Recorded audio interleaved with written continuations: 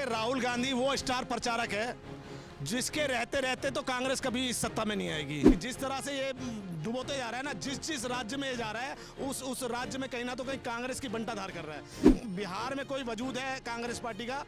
बिहार में 101%। जिस तरह से दिल्ली में 70 की 70 सीटों पे जमानतें जब्त हुई थी, इसी तरह से बिहार में भी इनका सुपड़ा साफ हो जाएगा। जिन्होंने इस देश का बंटाधार किया, जिसने ए से लेके जेड तक ऐसा कोई घोटाला नहीं है जिसमें घोटाले ना किया हो। ये कह रहे हैं कि हम जो है लोकतंत्र को बचाएंगे, जिनके समय लोकतंत्रों की हत्या करी जाती थी, लोकतंत्र को रोंदा जाता था। देखिए तेजस्वी यादव डांस करें, जिस तरह से मरीन ड्राइव पे जाके डांस कर रहे थे ना, अब वो नचनिया का काम करेंगे। बिहार में विपक्ष की सबसे बड़ी पार्टी कही जाने वाली कांग्रेस पार्टी को जब सीटें मांगने की ज़रूरत पड़ जाती है तो कहीं ना कहीं इस प्रश्न उठता है कि जो प्रधानमंत्री बनने की दावेदारी पेश करते हैं राहुल गांधी, जब उनकी पार्टी को बिहार में सीट मांगनी पड़ जाए, तोड़ मरोड़ के 50-60 सीटें मिलने को नौबत आ जाए, तो किस तरीके से विपक्ष मजबूत होगा और विपक्ष का नेतृत्व करने की ताकत राहुल गांधी के अंदर कैसे? हालांकि तेजस्वी ने बोला था कि प्रधानमंत्री देखना चाहते हैं पर सीटें नहीं दे रहे हैं। देखिए राहुल गांधी वो स्टार प्रचारक है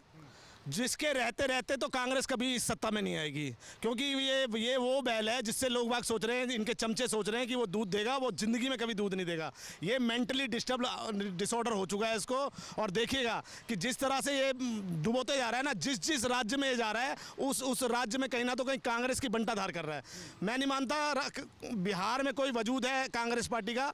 बिहार में 101%। जिस तरह से दिल्ली में 70 की 70 सीटों पे जमानतें जब्त हुई थी, इसी तरह से बिहार में भी इनका सुपड़ा साफ हो जाएगा। 60 की 60 सीटों पे इनका सुपड़ा साफ होगा। पर कहीं ना कहीं विपक्ष की सबसे बड़ी पार्टी कही जाती है, 99 के साथ सबसे लोकसभा में सबसे बड़ी विपक्षी पार्टी कही जाती है। जिन्होंने इस देश का बंटाधार किया, जिसने ए से लेके जेड तक ऐसा कोई घोटाला नहीं है जिसमें घोटाले ना किया हो। और ये कह रहे हैं कि हम घोटालों के नाम पढ़ता हूं, Adarsh scam, Bofors scam, CWG scam, Devas scam, employ guarantee scam, food scam, Ghaziabad provident fund scam, Harshad Mehta scam, IPL scam, junior basic trend scam, Ketan Prakash scam, LIC scam, Madhu Koda scam, non banking financial company scam, oriental bank scam, Punjab state council education research scam, क्विस्ट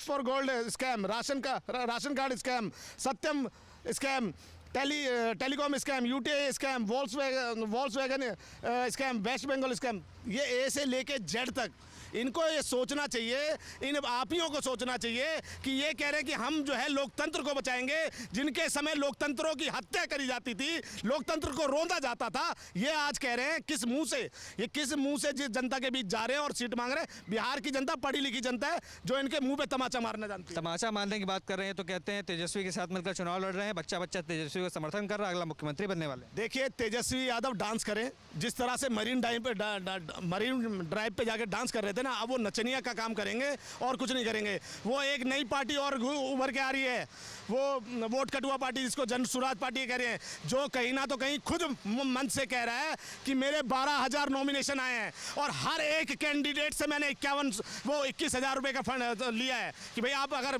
प्रत्याशी के तौर पर लड़ना चाहते हो तो आपको 21,000 रुपये देने पड़ेंगे। तो ये तो खुद ही पहले से ही स्कैम कर रहा है। आप 25 करोड़ रुपए तो ये चुनाव से पहले कमा चुका है।